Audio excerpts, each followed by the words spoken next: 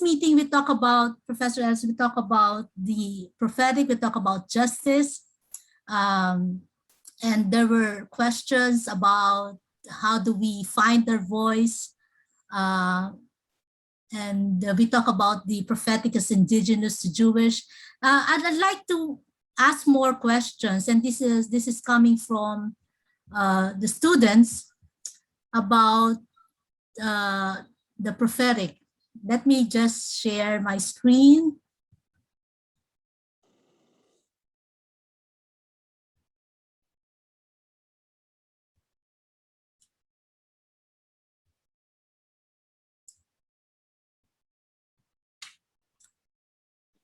Okay.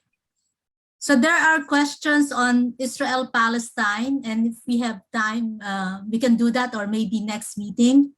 But here's a question that I think would be a good point for discussion, and especially because I also remember that this year is also the 50th anniversary of Gustavo Gutierrez toward the Theology of Liberation.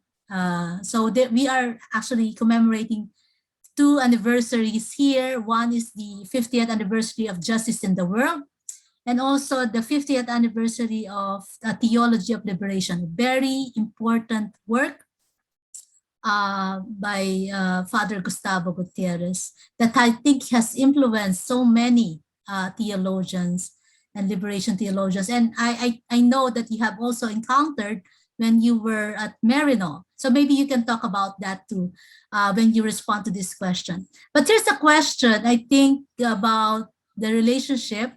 So I'll read the question. Hello, Professor Ellis. What is the relationship between being prophetic and doing theology? Many theologians are not prophetic, and many prophets do not become theologians. But I think this is a very interesting observation, and that it tells you that somehow there is a disconnect between our theology and being prophetic, and this sometimes they don't go together. And that sometimes that's I think a good observation. So, well, could you respond to that question, Professor Ellis? Well, it's an interesting question, which I hadn't actually thought of. Theologians basically try to order faith, and sometimes discipline faith, and sometimes bring faith to light. The prophets are out there in the world. They're doing, they're thinking, they're mostly on the run. But they also have an interior life. And I don't think it's important whether the prophets are theologians or the theologians are prophets. And I don't know that there's always a connection, but Gustavo Gutierrez combined the two. And liberation theology likes to combine the two. But I remember Gustavo very clearly saying there was time for thought. So there was a push among some that you always be active. And I remember Gustavo saying that his years in the seminary, which he was quite divorced from the people, were very essential, where he could study and think and make decisions upon reflecting upon the struggle of his people. So you don't want to compress everything into one. You want to have different possibilities, but in a broad movement toward justice. And of course, secular people who, quote, don't do theology at all can be very prophetic. And maybe one of the ways of looking at secular prophets is to understand them theologically as well. So, interesting question. I don't have an answer to it, but liberation theology tries to combine the two, that everybody can be prophetic and everyone can think theologically. It's not reserved for theologians or priests or lay people. It can be shared, and it can be shared one to the other as well, different parts. You know, some people are very strong on action and some people are very strong on thought. And some people combine it in different ways, and that's part of life, the combination and sometimes the disconnect as well. Yeah, and I think that I haven't been in religious institutes teaching religious men and women, and sometimes you have that dichotomy about, there are sisters or seminarians who are very good in academics, meaning very good in theological studies, but they're not action people. And there are, of course, action-oriented people who are very active in justice, social justice work, but cannot really do theological studies. They perform poorly when it comes to theological studies. And so what you're saying is, this really sometimes that you are more oriented to this or that, and we hope it could be integrated, but sometimes it does not, and there's really nothing wrong with it. And of course, in the Catholic worker movement, Peter Morin, who co-founded it with Dorothy Day, used to say the worker and the scholar.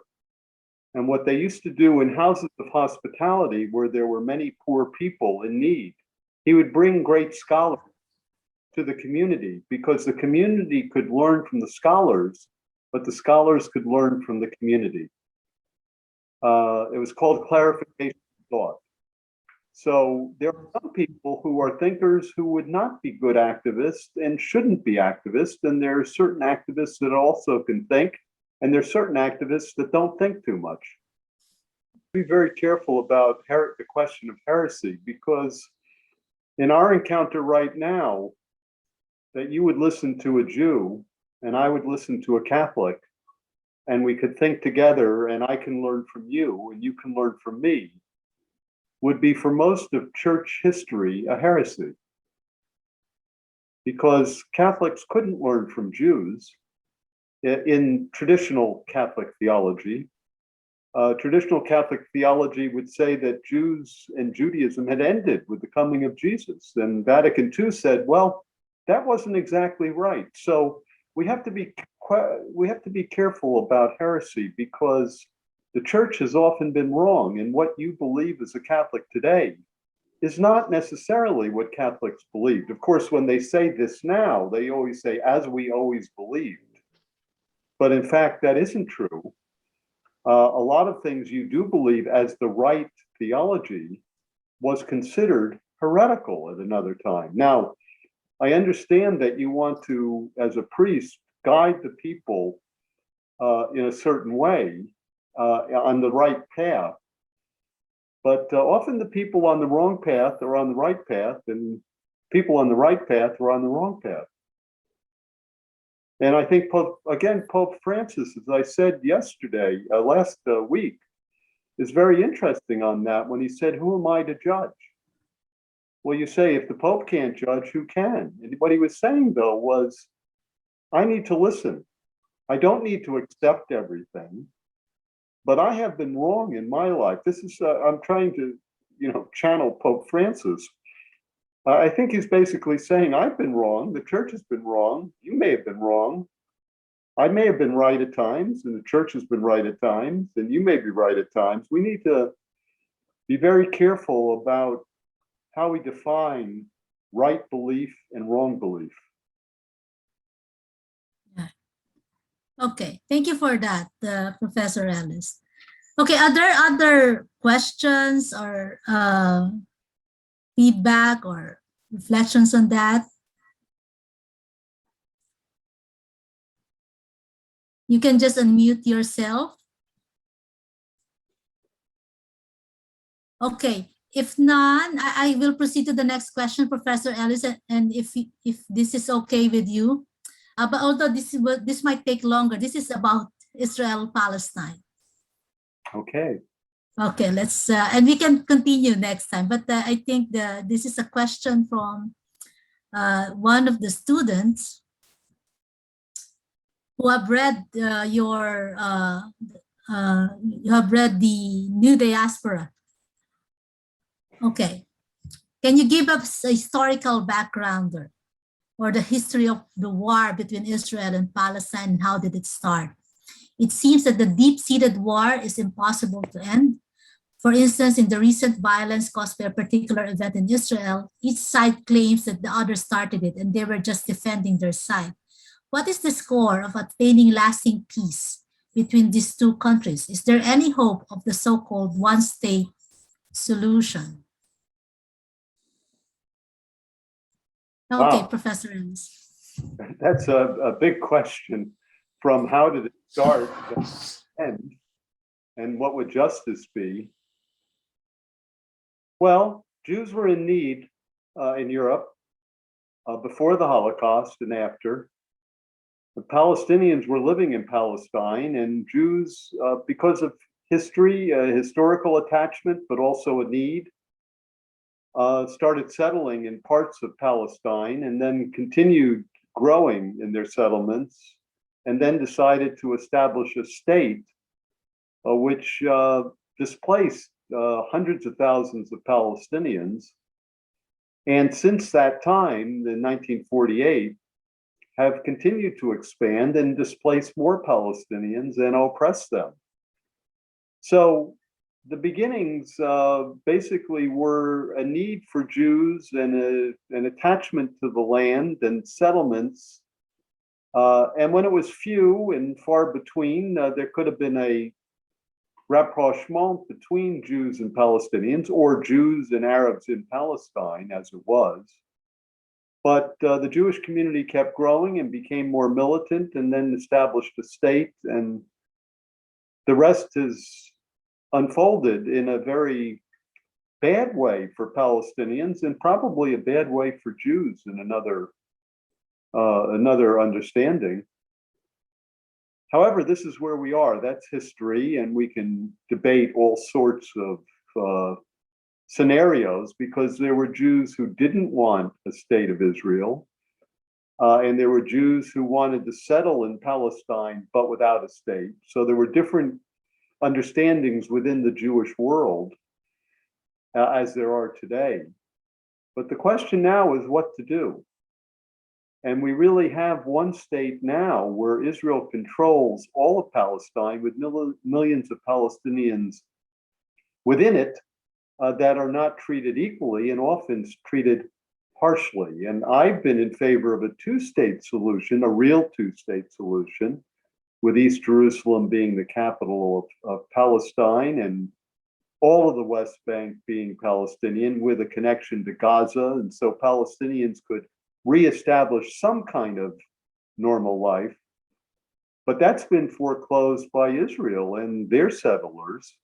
So we have one state where Israel controls all of it. And the question now is what's going to happen within that state over time. There's a permanent Israeli occupation of Palestine. What's going to happen within that over the next 50 years or the next 100 years? It doesn't look good, and it hasn't looked good, and history is moving. We don't know which way it will move. It'll either move towards something better, Jews and Palestinians living together in some kind of justice and equality, or get worse. And it has been getting worse over the decades, worse and worse and worse. And there seems to be no end in sight.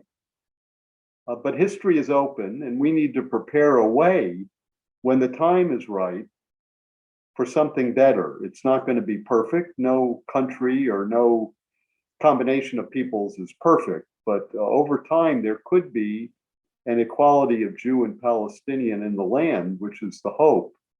But right now, it doesn't look very good. In fact, it looks worse and worse and worse.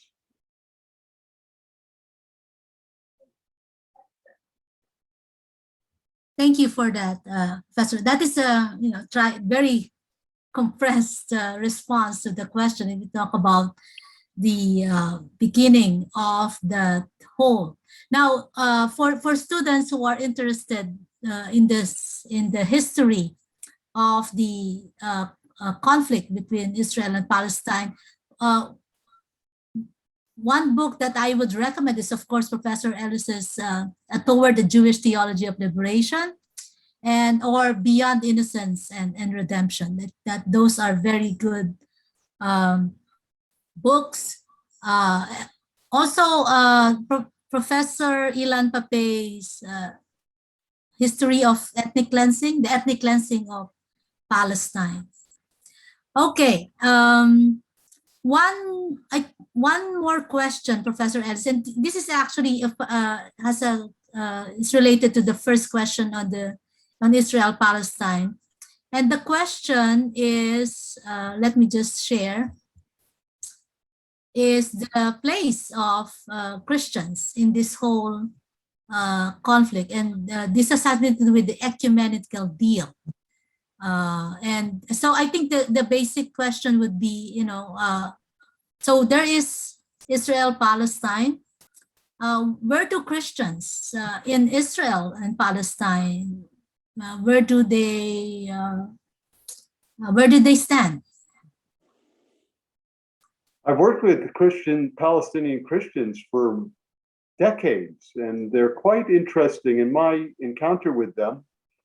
A minority, a small minority, mostly educated and sometimes affluent, and often very active in the Palestinian struggle, and often overlooked, especially now as the Christian population of Palestinians has declined precipitously over the years. There's a very small community left. So it's sad that that's been so diminished because, of course, Christians have a connection with the land and with the community of Christians around the world. And there are very active Christians that are staying in the land, and there are active Christians who have left the land. I think it's very important for Christians around the world to support them. But as they often say, the real support has to be for Palestinians, including Muslims. Because if the Palestinian Muslims aren't free, Christians aren't going to be free.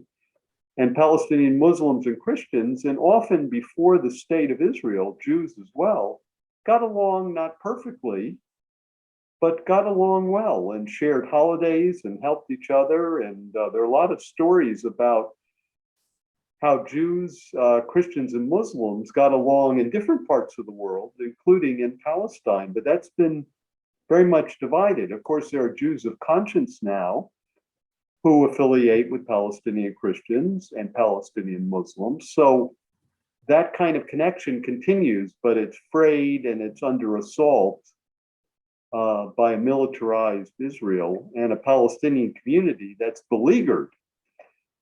The ecumenical deal is essentially to say that Christians who think deeply about their history toward Jews, including the Holocaust, would support Jews, which I agree. But they've often been silent about Palestinians because Jews have demanded, or certain Jews have demanded, their silence. That's what I call the interfaith ecumenical deal.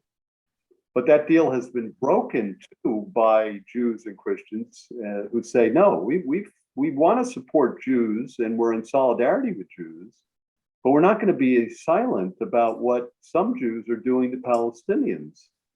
And this is what I call now a movement toward an interfaith solidarity rather than an interfaith dialogue or an interfaith deal. That's a hope, but it's a small minority of Jews, Christians, and Muslims. It's a very vibrant minority, a very active minority, but we're losing ground, and we've been losing ground for decades. Yeah, that's right. When I was in Israel in 2008, I was able to attend many of these ecumenical gathering of Muslims, Christians, and Jews, that are in solidarity, trying to do something. For example, to help those Palestinians who have been evicted from their homes, or their homes have been demolished because of the Israeli settlers, or they will be very active in terms of documenting human rights abuses. However, I also noticed that, and this is specifically for Catholic priests and sometimes sisters who are in Israel, that have difficulty really in trying to support Palestinians. I've met some Catholic priests who are assigned in Israel, Palestine, or facilitating pilgrims who have really no idea about what was going on, or sometimes do not want to take part of it. But I think it's also very important, for example, for our students who will training to be priests, to learn more about this situation. Well, I think too, you need to work through the history of the church regarding Jews, which has been a very negative history, and you have to atone for that. But you also have to, and so there are all sorts of conspiracy theories about Jews that come from Catholic teaching and tradition and Christianity in general, and you have to separate these conspiracy theories, which are ridiculous, and real life. What Israel is doing to Palestinians is not a conspiracy, it's real. And so what we have to do, I think priests especially, but Catholics in general, have to show a solidarity toward Jewish history, realizing that the church often did terrible things to the Jews, but also now have to speak honestly to Jews about what's happening in Israel and Palestine. You have to do both, and this is a difficult balancing act for the church because of its own history. But young seminarians have to move it forward into a realistic solidarity with Jews and Jewish history, but not being silent when Jews, like others, do wrong.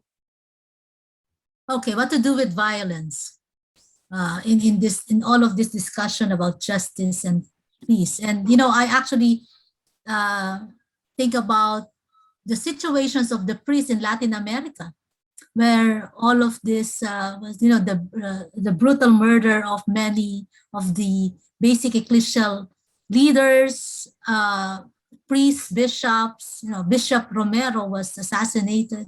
Many priests were kidnapped, tortured. It's sometimes the violence is too much. That what can we do? Yes, I hesitate to comment because some of the situations in the world are so dire and so dangerous for all sorts of folks. And Christian minorities often feel the brunt of it, and then sometimes Muslim minorities, and sometimes Jewish minorities, and sometimes gay and lesbian minorities. And the world can be a terrible place. And liberation theology, for instance, on Job, that Gustavo Gutierrez wrote, talked about the Holocaust in a line or two and said, Jews have this question about God, and Latin Americans have this question about God too, because so many Latin Americans have died historically and now. And what can we say about God? And what can we say about God when we're personally involved in justice seeking? That's dangerous.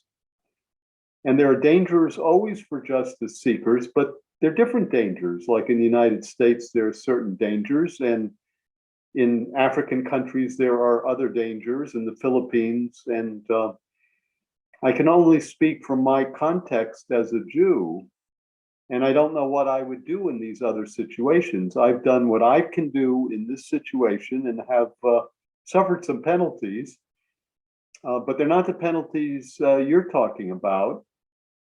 So I don't want to go there. As I often thought about Jews in Europe in the 1930s, with all the complications and historical nooks and crannies, basically Jews were on the other side of history. Something was going to happen, and they couldn't defend themselves really, and it did happen. Now, it doesn't always happen, but it did happen, and 6 million or so Jews were systematically murdered because Jews were on the other side of history. And you don't want to be on the other side of history, but sometimes you come from peoples. I come from a people that was on the other side of history. We are no longer on that side. I'm glad we're not on that side. But I also don't want to put other people on that side, say Palestinians. There must be another way. But if you're from an African country or the Philippines or other countries that are right now on what I call the other side of history, I can't give you advice. I can only tell you the story as I know it about Jews and others in history, where many Jews were killed for the same reason or no reason that you're talking about. And Jews rose up and said, that's not going to happen anymore. But then we started killing others. So my professor, Richard Rubenstein, a Holocaust theologian, said that really that history is a cycle of violence and atrocity without end. If you don't have power, you're dead. If you have power, you kill to keep that power. And I thought, wow, I can't say he's wrong. But I've tried to live a life in response to his challenge. But it seems like history is a cycle of violence and atrocity without end. You're either up or you're down. So the question of faith is not that that cycle will end. It probably won't end. It will be in certain parts of the world, then other parts of the world, then other parts of the world. Maybe one day it will end. But what do we do in our contacts when we're empowered, like Jews are today, or when we're on the other side of history, like you described, as Jews were?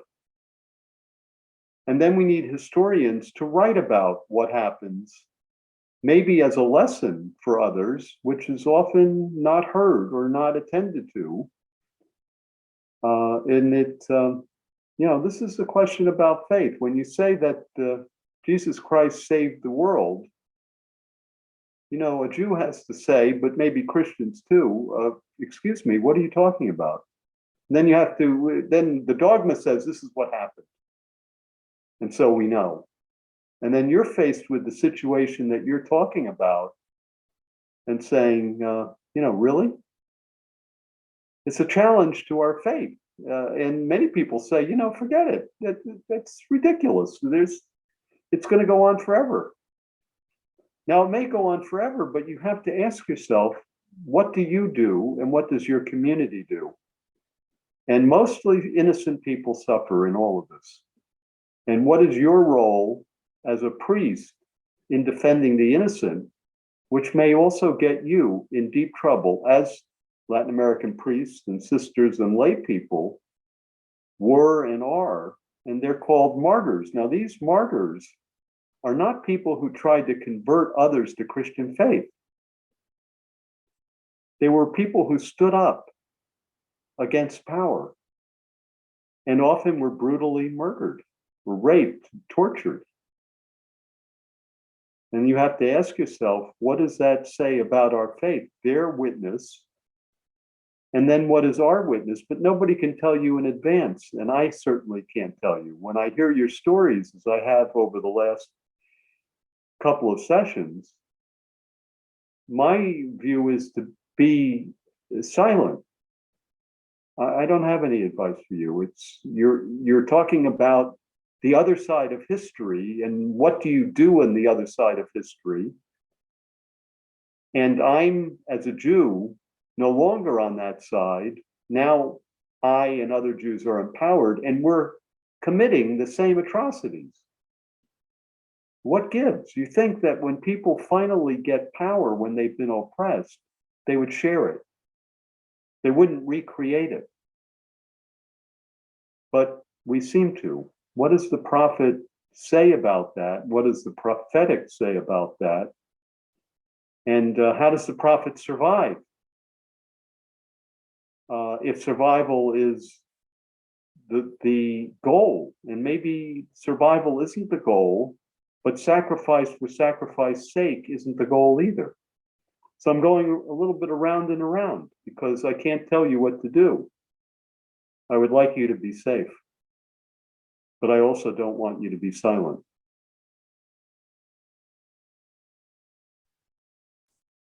Thank you. That is really a difficult question. I remember what Father Gustavo Gutierrez said on Job, where he said, what can you do? And the challenge really, and this is the challenge would be for a faith to be, how do we affirm the God of life in this situation? And that's what struck me about that quote in the book on Job. With all of these atrocities and all of this violence, how do we affirm the God of life? And well, maybe need to be silent about God. Maybe there are times when we can't affirm the God of life, and that may be an act of faith. It seems wrong, because an act of faith, especially Christianity, is to proclaim the gospel. But maybe you proclaim the gospel in some situations by saying, I don't know. I know from Maryhill, I remember some missionaries who were in Guatemala who were brought back to the United States. They had been broken by what they saw. And one priest told me that a parishioner of his in her home one day went out in the morning and found her husband had been killed and was just thrown on her porch, been tortured and killed. And he was called by the parishioner to offer some solace, to tell her that her husband was with God. Now, he's a priest, and he couldn't say anything. Now, did he fail as a priest? Or was he with this woman in the way that he could? He couldn't tell her it was all right. He was in a better place. He was silent. He couldn't say anything. So sometimes we solve things about faith and about God that are not solvable. And I think we ought to, you're being trained to proclaim the gospel. And sometimes that's real, and sometimes that's true. And sometimes it's wrong to do. And I would say that about my own faith. Sometimes I can speak about God, but when you talk about parts of Africa or the Philippines or parts of the United States or Mexico or whatever, maybe the best part is to just be with the others and not proclaim anything. Maybe that's a proclamation. Your humanity has been silenced by the cycle of violence and atrocity. And I don't know if that's taught in the seminary, but when I was at your seminary, I taught it.